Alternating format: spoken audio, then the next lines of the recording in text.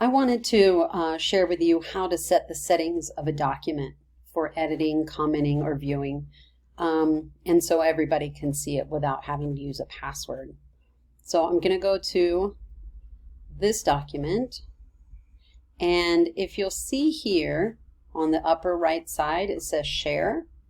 You can click that button, and I know it's not a very big word or bold and bright, but this Advanced here in the lower right corner, you can click on that. And this is the important part.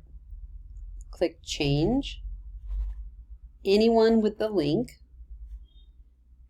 Here you can either view, comment, or edit. So if you click Can Edit, anybody with this document can make changes. Can comment, this means you can view the document, but you can't change anything. And Can View obviously means can view. So this is for our team, and I want it to show Can Edit. Here it's important too, it says no sign-in required. Very helpful. So you're going to save that, and I can type in the names of the people that I want to share it with.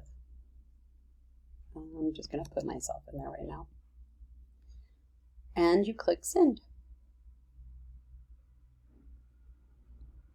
All done. Everything's set.